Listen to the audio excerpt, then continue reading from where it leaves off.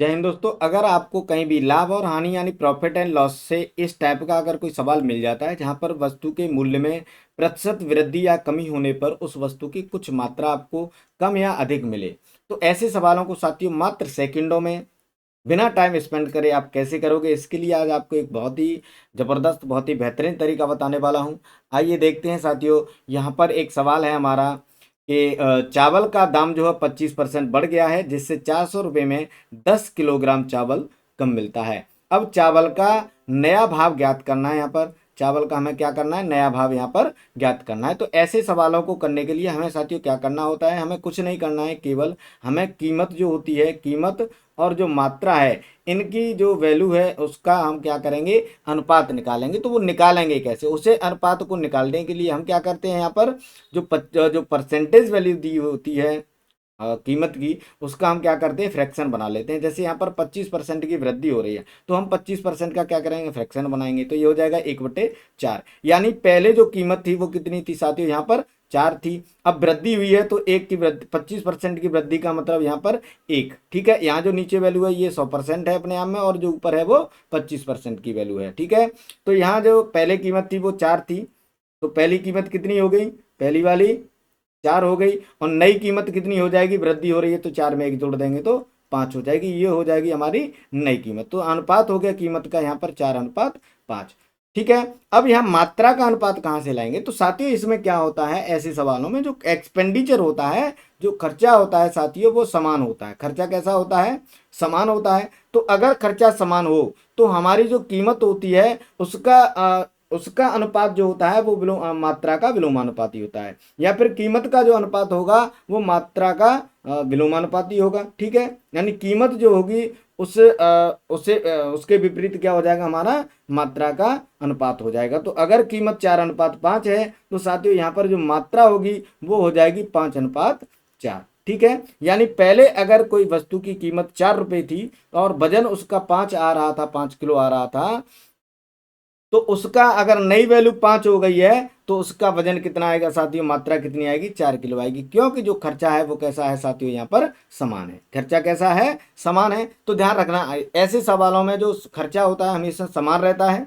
तो इसमें जो कीमत होती है उसका जो अनुपात होगा वो और जो मात्रा का अनुपात होगा वो दोनों एक दूसरे के विलोमानुपाती होंगे। अगर कीमत 4:5 है तो मात्रा का अनुपात हो जाएगा 5:4। ठीक है, आप इसको A/B से लिख सकते हो कि अगर कीमत जो है A/B है, कीमत A/B में दी हुई है, तो जो मात्रा है साथियों वो हो जाएगी B/A।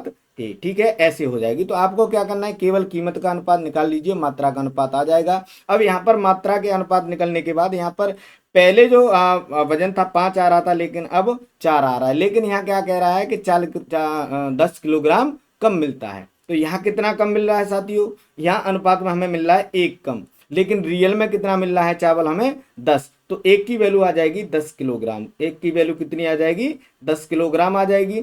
ठीक है, तो मात्रा पहले यहाँ जो अंतर है वो 10 किलोग्राम है। तो नया जो नई मात्रा होगी वो हो जाएगी 4 का मतलब 40 kg, और 5 का मतलब 50 kg हो जाएगा हमारा पहला वजन। ठीक है, अब यहाँ पर पूछ क्या रहा है, इस सवाल में पूछ रहा है भाव। तो भाव निकालने के लिए हमें क्या चाहिए होता है, जो भाव होता है उस भाव को निकालने के लिए हम क्या करते हैं, जो खर्चा होता है उसमें हम मात्रा का क्या करते हैं, भाग दे देते हैं। तो मात्रा, नई मात्रा कितनी है, 40 है, तो 40 का भाग दे देंगे। खर्चा 400 है, 400 में अगर हम 40 का भाग देंगे तो साथियों जो कीमत आ जाएगी वो आ जाएगी, वैल्यू आ जाएगी 10 रुपये प्रति केजी। इसका भाव आ जाएगा 10 रुपये प्रति केजी। तो ये तो नया भाव हो गया। अगर इसमें अगर पहले वाला भाव पूछ लेता तो आप कैसे निकालोगे, तो भी आप क्या करोगे, जो पहले वाली मात्रा है उसका भाग दे दोगे 400 में। ठीक है, तो नई जो कीमत है वो 10 रुपये प्रति किलो आ गई। अगर हमें पुरानी निकालनी है तो हम क्या करेंगे, 400 में 50 का भाग दे देंगे, 0 से 0, 5 से ही 8 बार कट जाएगा। तो पहले कीमत कितनी थी,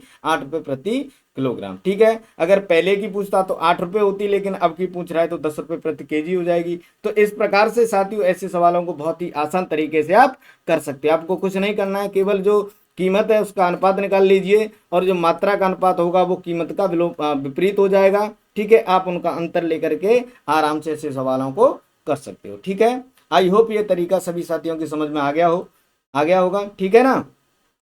अगर तरीका अच्छा लगा है तो आप हमारे चैनल को सब्सक्राइब कर लेना, जिससे कि आने वाले वीडियोस का अपडेट आपको टाइम टू टाइम मिलता रहे। ठीक है, अगर अच्छा लगा है तो आप इसको अपने साथियों के साथ शेयर भी कर सकते हैं। तो ऐसा ही एक सवाल मैं आपको दे रहा हूँ, आप इसको करिएगा। ठीक है, इसका जो आंसर है वो आप हमें कमेंट बॉक्स में जरूर बताने में। मिलते हैं अगले वीडियो में, धन्यवाद।